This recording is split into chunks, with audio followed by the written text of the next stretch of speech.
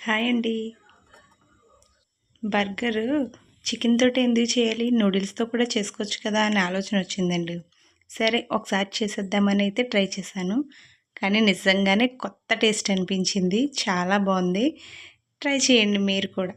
2 బన్నలు తెచ్చుకొని మధ్యలో కట్ చేసుకొని ఆల్రెడీ మనం తెచ్చుకున్న చికెన్ నూడిల్స్‌ని పెట్టి ఉల్లిపాయ ముక్కలు వేసుకోవాలనుకుంటే క్యాప్సికమ్ అన్నీ వేసుకోవచ్చు. కానీ నేనైతే సింపుల్‌గా చేయాలనుకున్నాను.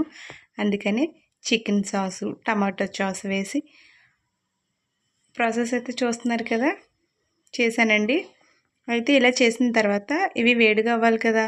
పెనం మీద ఒక స్పూన్ ఆయిల్ వేసుకుని దాని మీద ఒక 5 మినిట్స్ పెట్టాను మూత పెట్టుకుని. తర్వాత తింటే నిజంగా చికెన్ బర్గర్ కంటే నూడిల్స్ బర్గరే బావుంది అనిపించింది. వీడియో నచ్చితే లైక్ చేయండి. తప్పకుండా ట్రై చేయండి. Thank you for watching.